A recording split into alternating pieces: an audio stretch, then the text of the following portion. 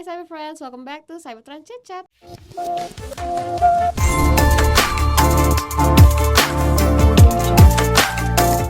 Balik lagi sama aku Vidi di Cybertrend Chit Chat, di mana kita membahas seputar dunia teknologi yang gak hanya menarik tapi juga insightful bagi Cybertrends. Cyberfriends, hari ini aku deg-degan banget ya.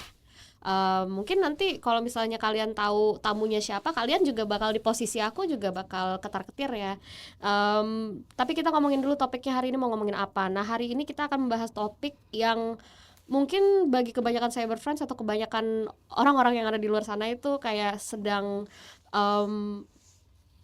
sangat diperlukan ya, terkhususnya untuk teman-teman yang sedang mencari opportunity pekerjaan ya, karena hari ini kita akan membahas seputaran rekrutmen dan segala macamnya dari segi point of view-nya HR. Nah, ngomongin nih, aku ada nih, makanya agak ketar-ketir ya hari ini Cyber Friends. Di sebelah aku hari ini tamunya adalah Mbak Tari yang merupakan Talent Acquisition and Development di Cybertrend Intrabuana. Salam kenal Mbak Tari. Halo. Boleh kenalan diri dulu dong sama Cyber Friends dong. Halo Cyber Friends semuanya, perkenalkan saya dengan Ultari. Di Cybertrend ini sudah sejak 2017. Kemudian posisi saat ini sebagai Talent Acquisition and People Development. Wah, nah itulah Cyber Friends kenapa aku ketar-ketir, salah dikit bye Cyber Friends gitu kan. Kita nggak ada yang tahu ya Mbak Tari ya. Mohon bantuannya Mbak Tari untuk kedepannya. Nah Mbak Tari nih kan sudah dari 2017 ya Mbak Tari ya. Iya. Sudah sangat lama ya. 2017 aku lagi ngapain ya, nyari magang kayaknya itu. Jadi pokoknya hari ini kita ngobrol-ngobrol santai ya Mbak Tari ya. Mau ngomongin soal kayak tips-tips HR dan segala macam, mungkin kayak ada rahasia dapur mungkin ya yang mungkin bisa di-share ke Cyber Friends ya. Siap. Nah, aku mulai nih pertanyaan pertama nih Mbak. Kalau misalnya ngomongin, kita kan kerja itu kan di industri teknologi, lebih ke technology solution dan produk ya. Pastinya kan kita banyak berkedok itu sama yang ya current technology development dan segala macam gitu-gituan kan, dan itu merupakan kalau bahasanya itu hottest itu ya industri ya kalau sekarang ya. Betul. Kalau dari perspektif seorang HR ya, itu apa yang membedakan industri teknologi dibandingkan dengan industri lainnya? Kalau kita ngomongin dalam soal rekrutmen dan pengembangan talent, kalau boleh tahu. Oke, menarik sekali nih kalau kita berbicara tentang perbedaan gitu ya antara teknologi dengan industri lain. Yang paling terlihat tuh yang pertama perihal perubahan. Jadi kalau di industri teknologi ini itu sangat luar biasa. Sebagai contoh kayak tools yang dipakai, kemudian bahasa pemrograman dan lain sebagainya itu berubah sangat cepat. Kalau dulu kita hanya berfokus pada hard skill saja dari setiap kandidat kita, tapi kalau di industri teknologi kita mencoba mencari kandidat yang memiliki learning agility. Artinya mereka tuh harus punya kemampuan belajar gitu ya, keinginan belajar yang cepat, kemudian juga bagaimana adaptasi terhadap perubahan-perubahan yang terjadi. Selain itu juga ini kali ya, karakter si kandidat itu sendiri. Jadi kalau di perusahaan ataupun industri lain gitu ya, kita lebih berfokus pada latar belakang pengalaman sebelumnya, kemudian juga pendidikan yang relevan gitu ya. Tapi kalau di industri teknologi kita melihat kemampuan yang real time yang mereka miliki saat ini seperti apa. Karena seringkali kalau di industri teknologi justru dari jalur yang non formal. Maksudnya non formal gimana tuh Mbak, boleh dielaborasi nggak? Kalau sekarang tuh banyak banget mahasiswa gitu ya, ataupun mereka yang sudah lulus itu ikut bootcamp, ikut hackathon. Mereka tuh awalnya dari jurusan A, kemudian pindah jurusan B dengan cara ikut bootcamp dengan durasi beberapa bulan. Itu banyak yang seperti itu. Kemudian yang membedakan lagi adalah proses pendekatannya. Jadi kalau kita ngomongin proses pendekatannya di industri teknologi itu, mereka mengharapkan proses rekrutmen yang transparansi, kemudian juga to the point, yang otomatis harus cepat nih kalau proses rekrutmen. Dan selain itu juga mereka mengharapkan proyek-proyek yang menantang, kemudian fleksibel juga kali ya. Fleksibel maksudnya dalam artian jamnya kah? Betul. Jadi kan sekarang banyak ya yang remote, kemudian bisa jam kerja jam berapapun mulainya, yang penting total sekian jam. Sehingga kalau di industri teknologi itu HR bukan hanya sebagai administrasi rekrutmen saja, tapi kita juga harus mampu sebagai ini representasi employer branding. Oke. Kami juga harus bisa memahami bahasa teknis gitu ya. Oke. Dan yang paling terpenting sih menurut aku ini, kita tuh harus bisa membangun relasi gitu ya dengan para Iya. kandidat secara cepat tapi harus bermakna. Oke, jadi istilahnya kalau bahasanya pacaran ya, kita PDKT-annya nggak boleh lama nih gitu Betul. ya. Kalau dari PDKT-annya itu apa sih Mbak yang biasanya Mbak lihat gitu? Kalau misalnya dari secara, kalau tadi ngomongin hard skill, soft skill itu kan udah jelas ya pasti kan ya. Di listingnya kan pasti udah ngomong ya. Betul. Tapi kalau dari Mbak Tari pribadi sendiri, kalau misalnya dalam proses pendekatan yang sangat singkat itu, apa sih yang Mbak lihat dari kandidat kalau boleh tahu? Lebih kepada gaya komunikasi kali ya. Oke. Bagaimana mereka merespon kita. Bahkan kita bisa melihat itu dari awal pertama kali mereka mengirimkan email ke kami Oh, ataupun mengirimkan lowongan pekerjaan. oke. Ada sebagai contoh gini, kandidat A itu mengirimkan kepada kami dengan body email yang cukup rapih gitu ya. Artinya beliau paham bagaimana kalimat pembuka, kemudian isi pesannya seperti apa, memperkenalkan diri sampai mereka menyampaikan tujuannya seperti apa. Kemudian diakhiri dengan kalimat penutup. Itu kandidat A. Kemudian kandidat B ada yang hanya mengirim tanpa body email, Hai. tapi hanya attachment saja. Hai. Sebetulnya sama tujuannya, sama-sama mengirimkan CV gitu ya. Iya, heeh. Tapi secara proses justru yang tadi yang pertama itu lebih membantu kami. Kami Oke. dengan cepat bisa membaca data mereka, kami bisa cepat untuk menemukan kita harus menghubunginya kemana nih. Oke. Seperti itu. Jadi ada etika-etika yang mereka perlihatkan. Itu yang sebenarnya tuh kayak unspoken rule ya kalau Betul. misalnya kita mau mendaftar ya Cyber Friends ya, karena again secara dari sisi HR kan tentunya penting ya kita etika ya, karena mau skill kita sebagus apapun ya Mbak ya, kalau misalnya nggak ada etika, it's a Betul. no go. Jadi ingat ya Cyber Friends, kalau kirim email tolong banget subjek bodinya ya, jangan lupa, dan jangan kayak saya mau ngelamar kerja CV, itu nggak banget kan Mbak? Betul. Iya, jadi kayak gitu ya Cyber Friends. Nah, kalau tadi kan kita ngomongin soal hot prospect di dunia teknologi ya, banyak kan Mbak, dan itu kan sangat dinamis ya kalau dari teknologi ya. Kalau kan banyak nih, kalau dari tadi Mbak kan kita banyak non formal, banyak yang nggak sesuai, kalau kita ngomongin nggak sesuai jurusan ya, kalau Betul. kita ngomongnya. Nah, dan itu memperluas seleksi istilahnya ya, jadi kayak nggak, kalau misalnya contoh kayak akuntansi harus bisa akuntansi, itu kan mengerucut ya, kalau ini kan lumayan luas. Nah, tantangan terbesarnya dalam mencari dan mengembangkan talenta di industri teknologi itu apa Mbak, kalau dari pengalaman Mbak? Oke, tantangan terbesar di industri teknologi ya. Yang paling terlihat adalah kompetisi pasar talent kami itu sangat ketat. Karena gini, kalau sekarang kita bersaing bukan hanya di perusahaan lokal, tapi kami juga sudah mulai bersaing dengan perusahaan global. Ya. Di mana mereka menawarkan lowongan itu yang bisa remote pekerjaan. Sebagai contoh ya, sekarang tuh developer di Jakarta bisa saja di-hire itu oleh perusahaan di Singapura, bahkan di Eropa. Outsourcing ya jatuhnya ya? Kenapa? Outsourcing ya jatuhnya ya mereka ya, atau Eh, in-house gitu? Biasanya sih mereka tetap in-house, Oh, tapi tetap in-house ya. jatuhnya adalah remote aja secara Oke. pekerjaannya. Nah itu betapa asyiknya gitu ya, mereka Iya. bekerja berkumpul dengan keluarga, kemudian pekerjaan selesai dibayar gitu kan, tanpa perlu mereka bangun pagi berangkat ke kantor dengan macet-macetan. Iya, Itu benar. adalah tantangan yang pertama. Kemudian yang kedua, menurutku tuh ini retensi generasi muda saat ini nih yang bisa dibilang Gen Z, di mana mereka tuh punya ekspektasi yang cukup besar gitu ya terhadap perusahaan. Anak muda sekarang tuh bukan hanya mencari perusahaan yang memberikan gaji kompetitif gitu ya, tapi anak-anak generasi muda tuh mencari perusahaan yang memiliki visi yang bisa dibilang meaningful, kemudian juga fleksibilitas kerja, sampai dengan diberikan kesempatan untuk terus berkembang. Oke. Seperti itu. Kemudian juga yang paling unik ya, mereka itu ini mungkin nilai plus ya bagi diriku. Mereka tuh bukan hanya bekerja memenuhi target, tapi mereka juga berjuang untuk memberikan kontribusi secara nyata. Jadi kalau perannya secara HR gitu ya, ini kita harus membuat itu menjadi lebih strategis. Gimana kita membuat ekosistem di perusahaan yang suportif dan transparansi. menarik ya kalau misalnya kita ngomongin dari perspektif Gen Z ya. Kalau ini kita agak off topic dikit ya Mbak ya. Kalau di Cybertrends itu Cybertrend itu kan kita banyak ya dari udah berbagai macam umur ya kita udah lewatin ya.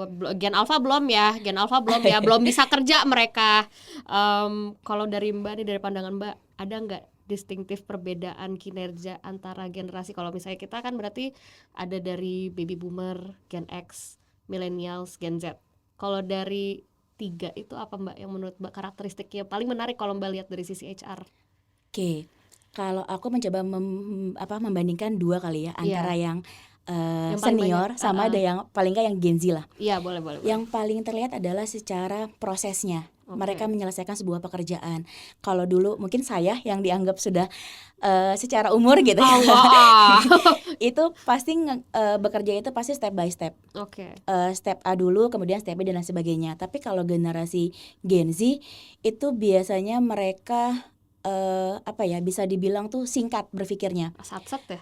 Mana yang bisa dikerjain itulah yang gue kerjain duluan. Iya. Nanti masalah berhasil atau tidaknya urusan belakangan. Betul. Yang penting gue coba dulu nih. Iya. Sedangkan kalau kita ngomongin di perusahaan, ada beberapa hal tuh yang sudah ada SOP-nya, sudah diberlakukan, dan itu nggak bisa ditembus begitu saja. Iya, benar. Itu emang ya kalau kita Gen Z ya Mbak ya, kalau Mbak lihat nih anak-anak Gen Z yang di sini nih, aku nggak bisa ngomong untuk semuanya, tapi mungkin aku kali ya. Kalau aku mungkin masih ada SOP-nya, tapi kayak aku tuh kadang suka shortcut gitu loh. Nah, menurut Mbak itu bagus atau enggak tuh kalau kayak gitu tuh? Oke, sebetulnya shortcut itu sometimes dibutuhkan karena ada beberapa beberapa event tuh kita harus ambil tindakan cepat nih. Tapi lagi-lagi kita harus punya pandangan, punya asumsi, ini tuh gue ngambil ini kenapa? Oke. Dan kita harus melihat plus minusnya itu apa. Oke. Akibat dari yang kita ambil ini akan berdampaknya kemana. Justifikasi lah ya istilahnya. Betul. Ya. Dan simpel kalau kita punya atasan yang lebih tinggi, mereka tahulah apa yang kita ambil. Jadi ketika terjadi sesuatu itu ada yang backup. Iya, setidaknya kayak kalau misalnya mau ngambil keputusan ya jangan lu doang yang tahu. Betul. Gitu ya. At least satu divisi lu atau satu tim lu tahu. Betul. Gitu ya. Itulah fungsinya struktural di perusahaan. Iya. Makanya kita harus ngikutin by the structure ya, Cybertrends. Itu jangan ya, walaupun sebaik-baiknya kita sama bos, sedekat-dekatnya kita sama HR, jangan kayak bro, boleh lah bro gitu, nggak ya, masih harus ada rasa hormat ya, karena again itu juga dilihat ya sama HR ya, kalau misalnya kita nggak sopan nanti bye cyber friends gitu ya. Tapi nggak juga, kalau di sini HR di sini aku bisa testimoni mantap semua. Nah aku ngomongin ini nih Mbak, kalau tadi kan kita ngomongin dari proses rekrutmennya ya, misalkan nih ada yang mau masuk, mungkin dia juga tadi udah ngikut bootcamp segala macam, tapi dia mikir keterampilan apa lagi nih yang perlu banget aku kuasain untuk mendapatkan spot di industri teknologi atau innovation gitu. Kalau dari kandidat-kandidat yang pernah Mbak temuin nih di sini nih, keterampilan apa sih yang Mbak cari kalau misalnya lagi rekrutmen di Cybertrend gitu? Kalau misalkan bisa ambil kasus dari tim paling besar, misalkan tim MS gitu ya, misalkan itu keterampilan apa sih yang Mbak lihat biasanya dari kandidat? Oke. Keterampilan, nah ini menarik sekali karena tadi perubahan di teknologi itu cepat sekali ya. Pasti secara technical skill itu menjadi pondasi utama. Itu udah mandatory lah. Udah pakem lah ya. Betul, mereka harus bisa tools apa itu udah wajib banget. Tadi contoh kalau kita ngomonginnya adalah di bagian project, pastikan kita harus melihat platform yang biasa mereka pakai itu seperti apa. Kemudian project yang pernah dia pegang tuh sejauh mana dan lain sebagainya, sampai dengan jumlah tim yang pernah mereka pegang tuh berapa besar. Itu udah mandatory. Tapi ada hal lain yang kami dari sisi HR coba mencari hal tersebut, yaitu lebih ke arah soft skill kali ya. Itu adalah kayak komunikasinya, critical thinkingnya gitu ya. Selain itu juga problem solving dari setiap masalah yang terjadi. Dan yang terpenting juga adalah kolaborasi sih. Kolaborasi ya? Ya, jadi gini, kalau kita ngomongin teknologi, kita tuh punya internal team gitu ya. Itu gimana cara mereka bisa berkolaborasinya. Bahkan user pun sebetulnya itu bisa kita ajak untuk berkolaborasi. Artinya setiap permintaan dari user gitu ya yang masuk, itu justru bisa kita ajak diskusi agar kita menemukan titik temunya seperti apa nih. Seperti itu. Nah, yang selain hal tersebut gitu ya, ada hal lain loh yang diperhatikan adalah learning agility sih. Karena kalau tidak mau terus belajar gitu ya, ini pasti bakal ketinggalan banget.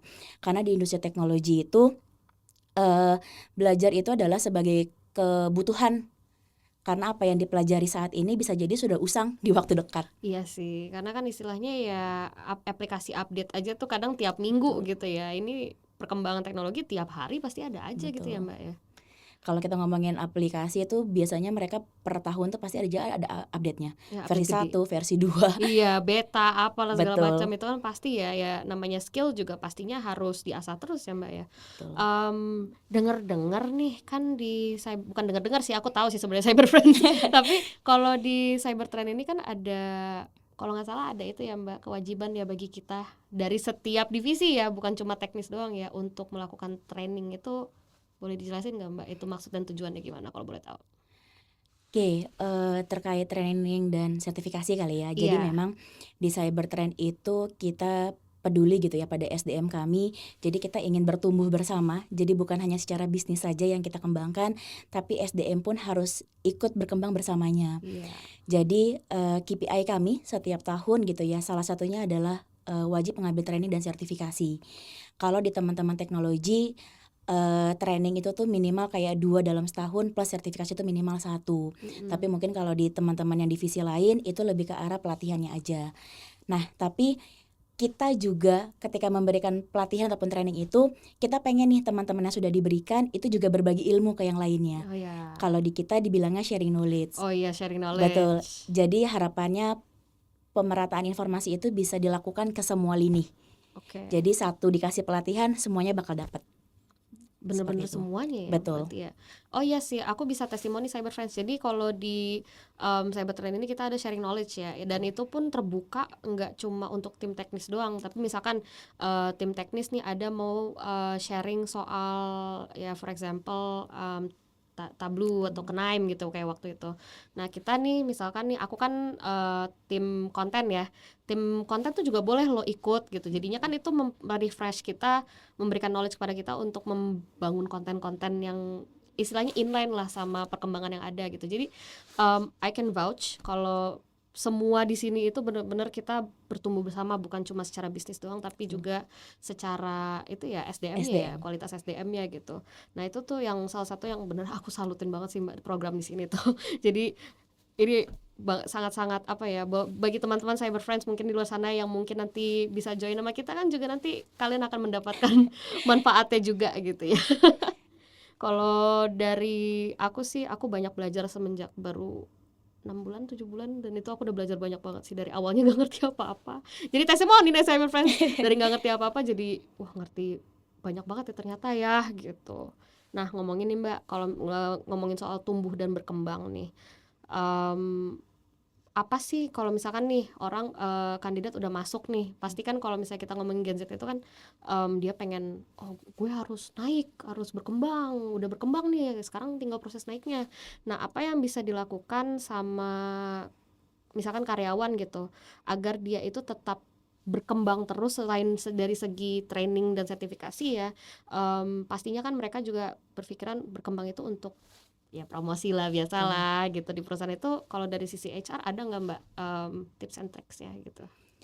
Oke, tips berkembang dan promosi ya. Iya.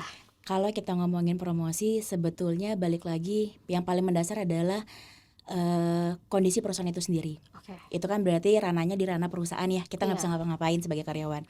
Tapi yang terpenting adalah menurutku tuh inisiatif. Mm-mm. Jadi kita sebagai karyawan jangan pernah bekerja itu menunggu perintah. Oh ya.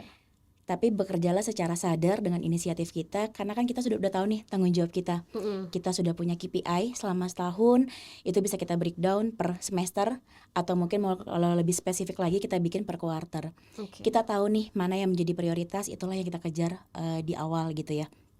Karena dengan kita berinisiatif itu kita akan jadi banyak belajar. Oke. Dan kita kan kalau di divisi itu ada weekly meeting ataupun monthly meeting gitu ya. Iya betul. Nah, ketika di meeting tersebut tuh biasanya setiap posisi itu akan diminta mempresentasikan apa yang sudah dilakukan, Iya. kendalanya apa, kemudian apa yang perlu diimprove. Mm-mm. Nah, ketika di meeting itu sebetulnya ketika kita melihat pekerjaan kita sudah selesai gitu ya, sudah bisa dibilang sudah lowong, kita bisa loh dengan sadar secara inisiatif untuk ngebantu tim lain. Mm-mm. Karena dengan hal tersebut tadi kita akan jadi nambah knowledge. Oke. Kalau misalkan kita ngomongin di HR gitu ya, si A megangnya rekrutmen nih, tapi ketika kita tahu si B itu di bagian payroll sedang kesulitan menghitung pajak, Iya. biasa tuh kalau udah di akhir tahun Panik terkait langsung. pajak kan, terkait pajak, kita mungkin bisa membantu mereka. Oke. Jadi kita nambah ilmu. Nah uniknya di Cybertrend itu kita kan open space ya secara ruangan kerja. Iya, sangat open space. Nah itu tuh sebenarnya bisa dimanfaatkan ketika kita bekerja kanan kiri tuh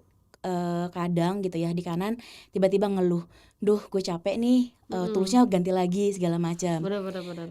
Mungkin kita nggak bisa ngebantu secara pekerjaannya langsung karena Iya. kan kita nggak tahu toolsnya, tapi kita bisa loh inisiatif buat mencari tutorial di YouTube. Benar. Ini tadi gue ngeliat di YouTube deh, lu mungkin bisa lu coba. Jadi kita juga nambah ilmu, dia pun juga jadi terbantu. Itu bisa dilakukan. Oke. Kemudian tadi kita ngomongin upskill dan reskill ya. Pasti apa yang belum ada kita tambah, apa yang sudah ada mungkin bisa kita perluas. Itu memang diperlukan, tadi relate dengan KPI yang Mbak Vidi sempat tanyakan. Dan apa ya, hal lain tuh menurutku membangun relasi sih di internal. Walaupun kita satu perusahaan gitu ya, tapi dengan membangun relasi itu kita bisa membuka pintu peluang yang lebih besar lagi untuk berkolaborasi. Kalau relasi ini dalam arti ini mungkin buat cyber friends yang bingung boleh dielaborasiin nggak Mbak? Oke, relasi misalkan gini, kami dari HR kita akan bekerja sama misalkan dengan tim marketing gitu ya. Kita bekerja sama untuk ngebangun sebuah platform, entah itu berupa informasi, kan kita ada Instagram segala macam, mungkin kita bisa berkolaborasi, memberikan tips and trik segala macam gitu ya. Dan ternyata dengan program tersebut itu bisa mendatangkan pundi-pundi yang lain. Bisa kita diajak kerjasama untuk isi seminar ataupun hal lainnya seperti itu. Dan ini juga sering kali dilupakan. Kadang tuh kita sebagai karyawan sudah merasa puas dengan pencapaian kita sudah merasa itu berhasil, kita lupa meminta feedback dari tim kita. Atau dari atasan. Betul. Karena menurutku pribadi, feedback itu tuh perlu dilakukan untuk improvisasi apa yang sudah kita lakukan, atau mungkin proses yang sudah kita lakukan itu benar. Dengan improvisasi baru itu bisa lebih cepat atau mungkin bisa menghasilkan pundi-pundi yang lebih banyak. Karena istilahnya kita udah kerja nih, kan kita nggak tahu ya bagus atau enggak ya. Betul. Walaupun kayak kata teman-teman antar divisi, gila keren banget gitu, tapi kan mungkin yang di atasan kita yang lebih mengerti kayak masih kurang nih. Betul. Gitu. Itu kan diperlukan juga ya Mbak. Betul. Berarti again komunikasi ya semua ya. Komunikasi entah bukan cuma kayak antar temen doang, tapi antar sama atasan juga kita harus benar-benar ketat banget. Karena jujur aku sama atasan aku juga sering lempar balik-balik feedback gitu ya. Dan kalau aku ngelihat dari Mbak Kiki dan Mbak Kiki yang merupakan headnya Mbak Tari, ya itu sering banget aku ngelihat diskusi berduaan itu di bawah. Kadang mau deketin kayak panas. Jadi itu ya guys, cyber friends pentingnya gitu ya. Nah, pertanyaan selanjutnya nih Mbak, kita balik lagi ke tadi kan udah ngomongin soal yang di pekerjaan ya. Aku mau balik lagi ke rekrutmen, ini lebih kayak ke ya mungkin rahasia dapur lah ya, kita bisa ngomong ya gitu, yang untuk cyber friends yang mungkin masih sedang mencari ya gitu. Kalau tadi kan kita udah ngomongin apa aja yang diperhatikan ya, itu dari gerak-geriknya apa segala macam. Nah, ada nggak Mbak cerita lucu yang mungkin bisa di-share, nggak usah sebut merek juga nggak apa-apa gitu, pada saat proses rekrutmen yang kayak Mbak ngelihat nih kayak gue tahu lu sekarang lagi ngada-ngada gitu, lagi kelihatan lah topengnya gitu, boleh nggak Mbak di spill dikit gitu cerita? Pengalaman rekrutmen tuh yang paling menarik ini kita ngomongin konsistensi berarti ya. Sering kali kita temukan ketika baca CV gitu ya. Ketika baca CV, contoh dia bekerja di perusahaan A itu dari Januari 2024 sampai dengan sekarang tulisannya gitu ya. Artinya kan saya sebagai HR berasumsi, oh ini masih bekerja nih, masih aktif bekerja gitu ya. Kemudian ketika dipanggil interview, ketika kami konfirmasi gimana kesibukannya, kemudian bisa berapa lama untuk proses resign dan lain sebagainya, ternyata beliau cerita, oh enggak Mbak, itu perusahaan yang di CV itu Januari 2024 sampai dengan Agustus. Belum diupdate, betul. Artinya ini yang Agustus sampai dengan saat ini statusnya seperti apa nih? apakah freelance kah atau memang lagi kosong kah atau seperti apa. Nah itu kan akan jadi banyak pertanyaan tuh, Iya. ini orang ingin menutupi itu kah atau justru dia tuh nggak detail Oke. untuk hal-hal yang seperti itu. Kemudian juga contoh yang sering kan kalau di CV ada tuh ya kemampuan teknis, Oh iya. misalkan penggunaan Canva 9 dari 10. Oke. Kan kalau kami berasumsi wah udah tinggi banget nih Keren banget lah 9 gitu gitu. kan, bisa dong bikin gambar-gambar yang 3 dimensi ataupun lain sebagainya lah gitu kan. Pas kami tanya 9 ini seperti apa yang sudah dihasilkan, ada nggak portofolionya, dia tuh bingung kayak saya sih bikin kelihatan banget lah mereka groginya seperti apa. Oke, ada nggak contohnya? Ketika dikasih gitu ya contohnya, ternyata lebih ke arah flyer yang itu fully text. Iya. Terus kan jadinya kita berpikir, wah 9 ini patokannya apa nih? 9 mungkin 9 dari 10, 9 tulisan gitu, Nah gambar gitu. itu kan perlu diperjelas kan, ini masalah konsistensi. Kemudian juga yang paling terlihat sekali adalah gaya komunikasi, Mbak. Apa tuh, ada nggak Mbak yang mungkin sampai detik ini masih nyangkut di Mbak gitu? Aku nggak tahu ya, komunikasi Gen Z itu kadang menarik sekali gitu ya. Ketika kami undang, kalau di kami di Cybertrend itu mengundang interview itu melakukan pertama melalui email gitu ya secara resmi, kemudian kita pendekatan melalui WhatsApp karena kami tahu ketika telepon susah kali diangkat. Padahal kami bukan dari bank, bukan dari debt collector, tapi kami susah sekali diangkat. Akhirnya kami gunakan jalur WhatsApp. Oke. Oke, jalur WhatsApp kita kan pasti ada etika lah ya, gimana cara menyapa dan lain sebagainya. Kemudian kami cuma dibales yang saya nggak bisa. Lah? Saya udah nggak kerja. Saya udah nggak available nih saat ini. Padahal tuh CV-nya baru banget kami terima berapa jam yang lalu. Ya kalau kami sih HR mencoba positive thinking gitu ya. Oh ya udah nih orang dapat rezeki baru banget. Ya udah nggak apa-apa gitu ya. Cuma menurutku ketika ada ketidaksesuaian sepertinya bisa disampaikan dengan lebih bijak. Gimana cara penyusunannya gitu ya, penggunaan SPOK-nya, kemudian ngomong saya ataupun aku tuh kan juga bisa disesuaikan kan penggunaan bahasa seperti itu. Ada yang pakai gue Mbak waktu pas kayak gitu? Pernah waktu itu beberapa tapi nggak sebanyak ya, hanya beberapa. Tapi setelah itu mereka edit. Kan kalau di kami tuh apa ya, di kita kan ada notifikasi yang bisa kelihatan langsung banyak ya. Nah itu tuh udah kebetulan kebaca. Oh edited dia. Terus kayak oh ya udah deh cukup tahu aja. Iya TTA lah ya istilahnya. Betul. Itu menarik Mbak. Kalau misalkan itu kan tadi dari pendekatan secara WhatsApp dan email dan segala macam. Kalau dari interview sendiri nih Mbak, ada nggak yang menarik mungkin Mbak kayak klasifikasinya bagus tapi kayak kok orangnya kurang gitu, itu pernah nggak sih? Oke. Kalau interview yang sering kali ditemui itu untuk teman-teman di teknologi. Aku nggak tahu ya, mungkin karena mereka terlalu sering berhadapan dengan komputer, dengan laptop. Jadi kami tuh yang manusia di hadapannya sering kali diabaikan. Aku pernah jadi interview. Ini kamera di depan kita, tapi tuh matanya ke kanan kayak gini. Lah. Terus sampai aku akhirnya bertanya, Mas pakai 2 gadget kah? Oh ya. Karena kan kok komputer di sini tapi kok ke sini gitu kan. Oh enggak Mbak, kenapa gitu kan. Mas lagi ada yang dilakukan kah, kesibukan apa gitu ya. Oh enggak Mbak, enggak ada yang dilakukan. Kenapa? Mungkin boleh fokus nggak kita untuk diskusi terlebih dahulu. Itu kan padahal secara basic ya, manner kita gitu ya. Kita lagi ngomong ada lawan bicara ya kita tatap gitu ya, walaupun itu melalui Zoom. Itu kalau yang online. Kemudian pernah juga kan kita kalau sudah di level interview berikutnya kan kita undang ya ke kantor. Betul. Undang ke kantor. Kemudian ya kalau anak-anak Gen Z itu biasanya mereka masih grogi sih. Lebih ke arah grogi, tapi yaitu gimana kita HR, kita kan sebagai jembatan ya antara kandidat sama si user. Kita mencoba membuat suasana menjadi lebih mengalir. Si kandidat pun gak merasa tegang, user pun juga bisa masuk secara enak. Iya, jadi kayak bikin nyaman dulu ya. Betul. Kalau misalnya si lawan bicara udah nyaman kan jadinya kita juga nyaman ya gitu. Betul. Untuk melakukan diskusi lah kalau bahasanya gitu ya. Nah ngomongin diskusi nih Mbak gitu, kalau dari kan tadi kan itu udah ngomongin kesalahan ya kan, beberapa ya gitu dari berbagai aspek gitu. Kalau ada nggak dari HR mungkin tips khusus gitu, kan banyak nih yang tadi Mbak bilang Gen Z tuh kebanyakan grogi ya gitu ya, ada nggak sih tips-tipsnya kalau dari Mbak sebagai HR kayak oh kamu tuh bisa lo gini atau bisa lo gitu, itu boleh nggak Mbak di-share ke Cyber Friends? Oke, tips ketika wawancara berarti ya. Iya. Kalau kita ngomongin kata kuncinya wawancara itu kan murni komunikasi.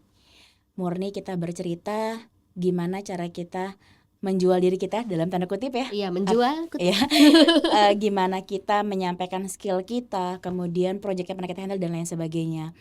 Menurutku yang bisa dilakukan adalah kita latihan bercerita. Oke. Nah, aku nggak tahu nih, seringkali tuh kita sebagai manusia punya berbagai macam ide di kepala kita, Iya. A sampai Z gitu ya. Tapi kita tak mampu untuk mengeluarkan satu persatu. Oke. Nah, tipsku adalah kita bikin poin-poin dulu apa yang mau disampaikan. Oke. Kalau kita ngomongin wawancara, mungkin kita bisa latihan bercerita itu pertama di depan kaca Oke. atau mungkin di handphone gitu ya, direkam menggunakan video. Kita tadi bikin poin pertama misalkan perkenalan diri. Oke, kita latihan perkenalan diri, pendidikan kita apa, kemudian kita pernah magang di mana, Oke. proyek skripsi kita seperti apa gitu ya. Oke. Itu bisa dilakukan. Kemudian ketika itu sudah lulus, sudah lancar, kita bisa nih ke step berikutnya. Kita ngebahas pengalaman proyek kita. Mulai dari latar belakang proyek itu apa, kemudian tools yang digunakan apa, kemudian outputnya seperti apa. Bahkan kalau di proyek itu kita punya tim, itu bisa kita ceritakan. Oke. Tim kita sebesar apa, kemudian tanggung jawabnya seperti apa. Oke. Itu yang perlu dilakukan. Tapi kalau kita ngomongin wawancara teknis, ini berbeda nih. Oh, ini beda, ini Kalau udah berat gitu ya. kalau teknis itu kan sebetulnya gimana kita membuktikan apa yang kita miliki gitu ya. Betul. Nah, tapi yang sering kali itu teman-teman fokus pada jawaban tuh harus benar. Maksudnya gimana tuh Mbak? Jadi kalau teknis tuh oke, diminta bikin A, gue harus bisa nih menyelesaikan A itu. Tapi yang perlu diingat adalah gimana cara kita menjelaskan prosesnya, gimana cara berpikir kita sampai dengan solusinya apa. Oke. Nah, kalau kita mentok gitu ya, gimana ya tadi solusinya untuk mengerjakan teknis ini, kita sebetulnya bisa loh mengajak berdiskusi si interviewer itu. Oke. Sebetulnya metode itu sebagai bukti juga gimana kita melakukan problem solving. Oke. Kan kita mentok nih Mm-mm. ngerjain teknisnya, ya udah kita ajak diskusi aja Oke. si interviewernya. Jadi kita bisa menunjukkan, tadi kan ketika si interviewer itu menjawab, biasanya tuh ada insight yang diberikan. Oke. Nah, dengan hal tersebut kita bisa menunjukkan growth mindset kita. Oke. Kita bisa terbuka untuk belajar gitu ya. Oh iya. Oh, ternyata ini bisa ya. Oh, yang ini nggak bisa ya. Seperti itu. Karena kalau di industri teknologi, kemampuan itu tuh menjadi nilai plus sih bagi interviewer. Jadi walaupun nggak tahu, kalau misalkan kita open collaboration sama HR, misalkan oh Mbak saya misalkan nih kalau masalah teknis nih, oh Mbak menurut saya yang ini kurang works, menurut Mbak gimana, itu berarti nilai plus termasuknya atau bukan ya? Oke, ini bisa dibilang plus, tapi gini ya, jangan sampai kita debat kusir di dalam interview. Oke. Jadi kita lebih kepada terima feedback itu, kita terima informasinya, nanti masalah benar salah ya kita cari di setelah selesai interview. Oke, Seperti itu. siap. Berarti jangan terlalu, istilahnya jangan jadi ajang debat ya, berarti ya. Kayak lebih ke open collaboration aja jatuhnya. Betul. Menurutnya gimana gitu. Jangan kayak, oh saya nggak bisa nih gitu. Ya jangan, no, langsung bye Cyber Friends gitu nanti. Nah, tadi kan kita udah ngomongin secara kandidat. Nah, ada satu lagi nih Mbak, ini mungkin topik yang agak sensitif ya kalau misalkan dari sisi per HR-HRan dan pekerjaan secara general ya. Kalau misalnya kita ngomongin Gen Z dan istilahnya ini sebenarnya generasi apapun sih pasti ngomongin ini soal gaji dan benefit. Nah, berat nih.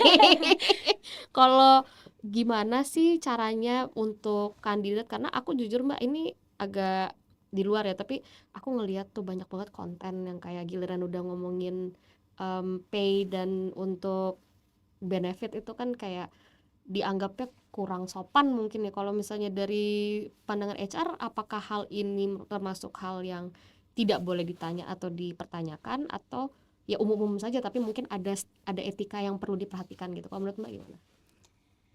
Oke, negosiasi ya. Iya, dari proses negosiasinya. Oke, negosiasi itu sebetulnya menurutku hal yang wajar sih, hal wajar Oke. dilakukan. Tapi tadi balik lagi, betul kita ngomongin etika, kita harus menyampaikan itu secara profesional dan secara terbuka gitu ya.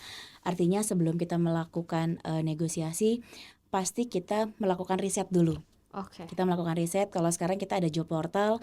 Job portal itu cukup banyak ya, perusahaan A sampai dengan Z, kemudian mereka banyak posisi dan lain sebagainya. Tapi dengan riset itu kita juga harus memahami size company-nya seperti apa. Oke. Kemudian dengan posisi yang sama, misalkan sama-sama data analis gitu ya, tapi kita harus lihat job description-nya. Sejauh mana data analisnya nih antara perusahaan A dengan perusahaan B. Oke. Oke, kita udah dapat hasil risetnya. Kemudian juga ketika kita menyampaikan kepada HR, silakan menggunakan bahasa yang santun lah. Contoh Mbak, boleh nggak? Oke, jadi gini, ketika mereka menyampaikan gitu ya, bisa ditambahkan dengan ininya apa? Maksudnya pertimbangannya tuh apa saja? Oke. Pertimbangannya apa saja? Jadi antara angka yang mereka minta itu juga harus diperkuat dengan evidence-nya apa?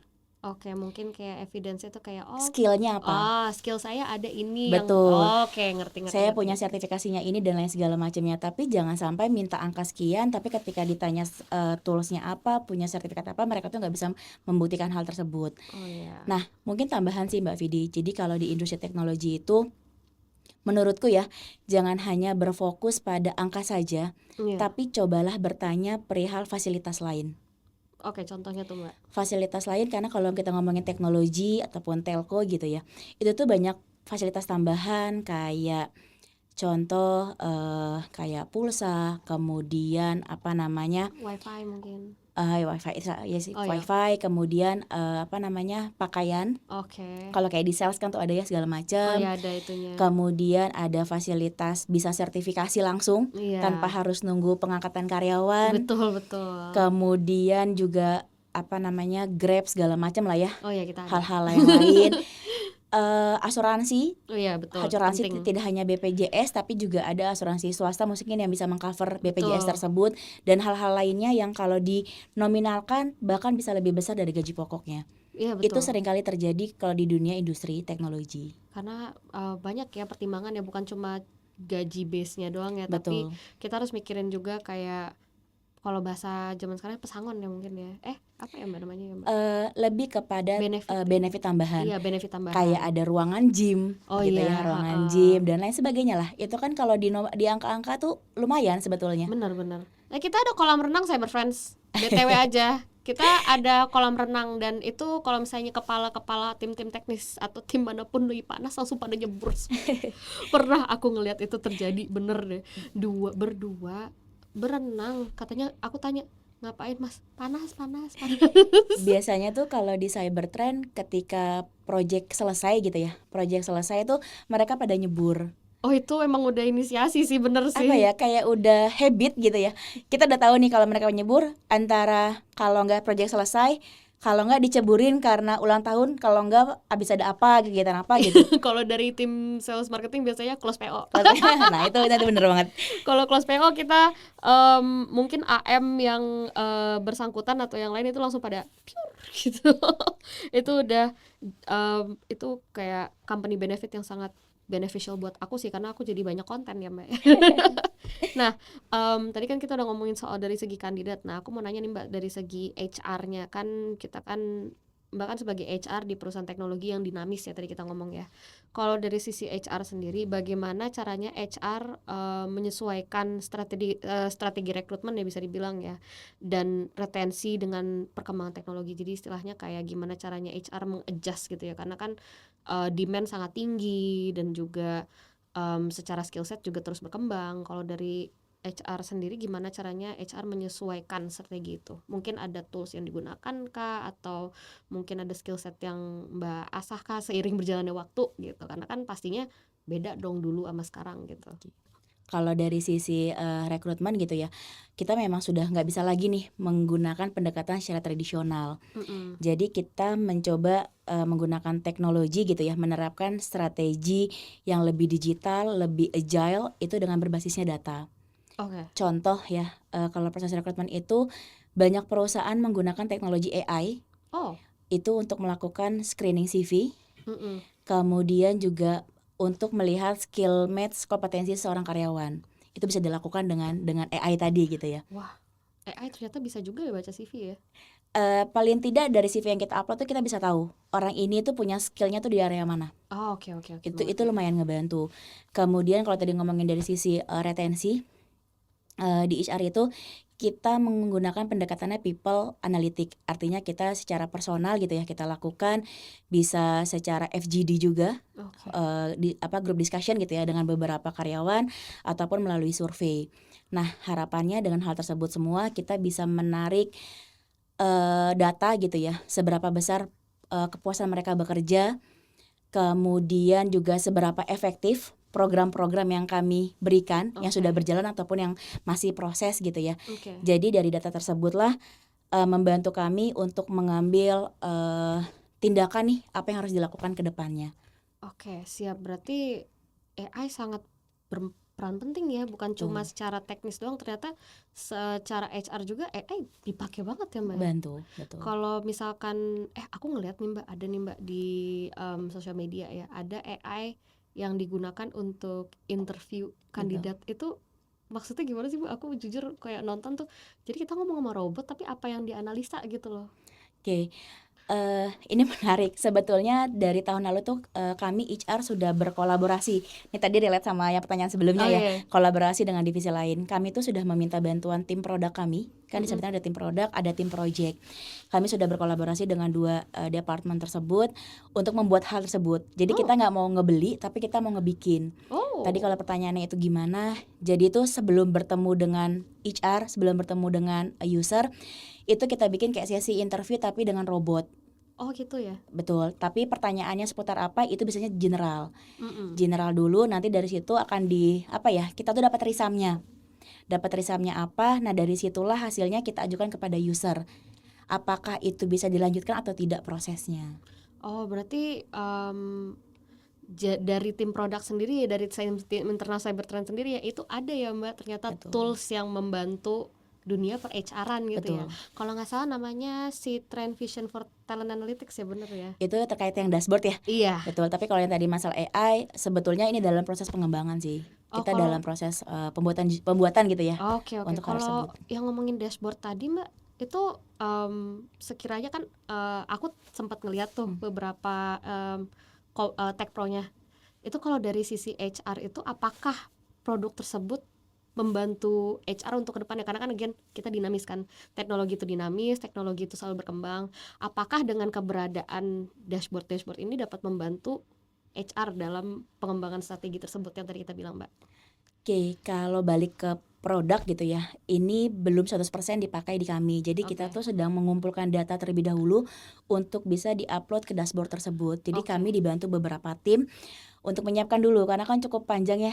Kita tuh Prosesnya. mau melihat progresnya itu kan harus mengumpulkan data beberapa tahun. Oke. Contoh kalau di HR kita ngomongin penilaian karyawan, performance appraisal gitu ya.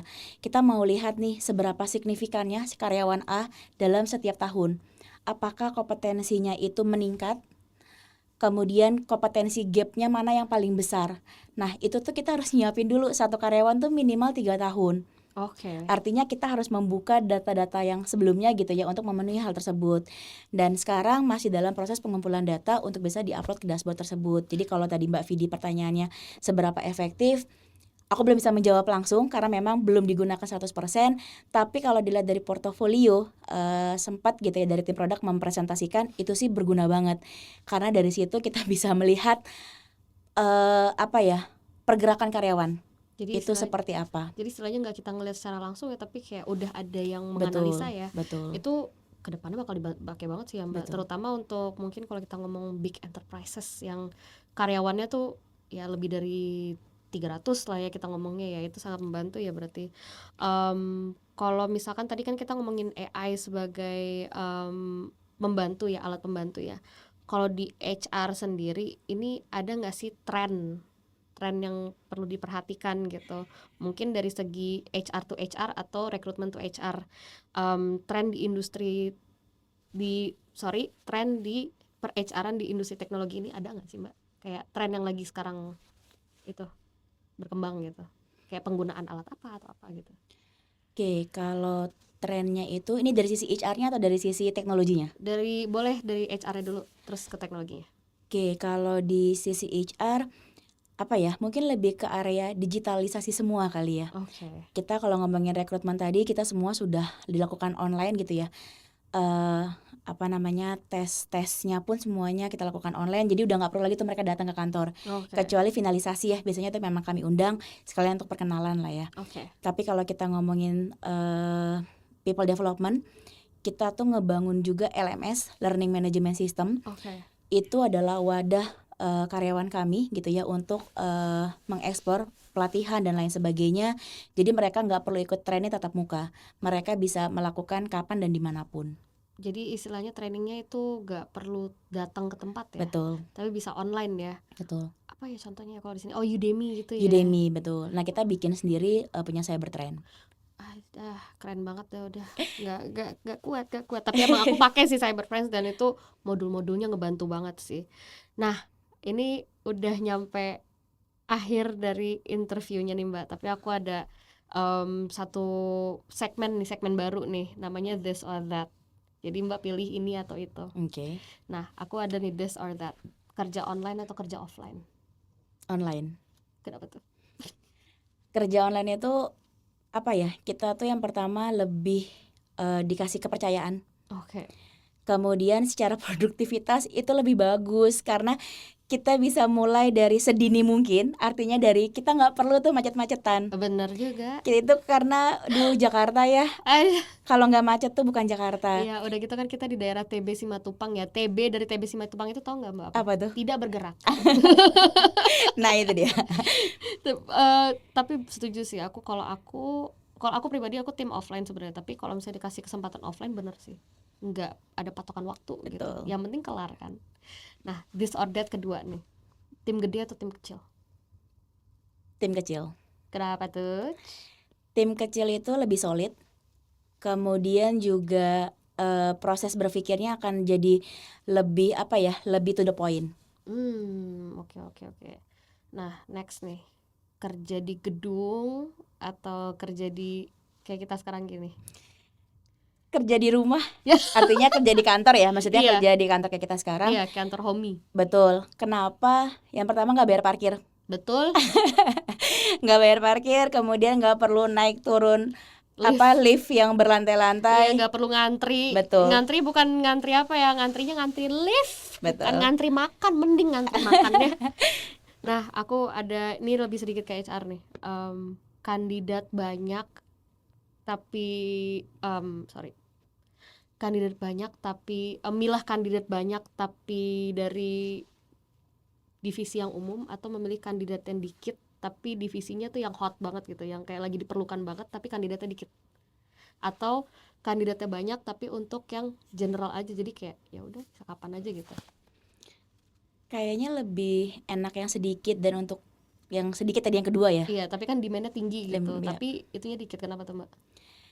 Kenapa? Karena tuh kalau yang terlalu besar gitu ya, terlalu banyak, itu biasanya banyak CV yang masuk tuh, sorry to say, kayak sampah. Jadi artinya sampah tuh gini, posisinya yang dibuka A gitu ya, tapi itu yang masuk dari B, C, D, dan itu tuh nguras waktu banget. Masih ya Mbak kayak gitu Itu ya, masih. Mbak? Contoh misalkan kayak contoh apa nih Mbak, divisi apa tapi malah masuknya apa, boleh nggak? Paling sering tuh kalau kita buka finance sama administrasi. Wah, itu yang masuk dari berbagai macam. Yang paling gak masuk akal apa? Yang paling gak masuk akal, kalau finance gitu ya, itu kadang masuk dari sales dan lain sebagainya. Karena kan kalau di finance itu lebih spesifik ya. Iya. Dia tuh ada, ngomongin perpajakan aja lah. Perpajakan tuh orangnya udah clear. Dia harus yang ngerti pajak. Ini dimasukin dari orang yang sales yang sama sekali nggak tahu. Istilahnya dia ngejual gitu. Betul, itu kan hal yang berbeda sekali. Nah, biasanya kalau untuk posisi-posisi tersebut, aku tuh lebih close recruitment sih. Jadi lebih kepada nyari yang kita kenal atau referensi dari siapa. Oke, mengerti. Nah, ini pertanyaan this or that terakhir nih, deket sama atasan atau deket sama temen sedivisi? Kayaknya better teman sedivisi sih. Kenapa tuh? Karena gini, kita bisa bergerak bersama, berpikir bersama. Nanti kalau untuk atasan justru kita tinggal mengajak. ini loh hasil diskusi kita, ini loh impactnya bakal seperti apa. Wah, menarik. Berarti emang kita harus solid gitu Betul. ya. Kita solid sesama divisi.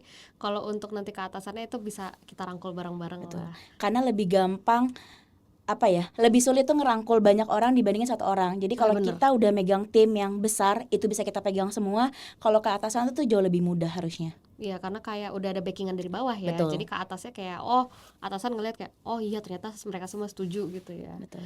Nah, udah nyampe nih di akhir nih Mbak. Makasih banget sebelumnya kita udah boleh dapat kesempatan ya untuk interview ini, karena kan Mbak Tari tuh lagi ya ampun lagi sibuk-sibuknya. Aku susah banget dapetin beliau ya, Cyber Friends, untuk dapat kesempatan ngobrol ini aja tuh mungkin aku sangat berterima kasih karena itu membuka wawasan bukan cuma untuk Cyber Friends aja mungkin yang nonton, tapi aku juga jadinya tahu gitu kayak ternyata begini begitu gitu.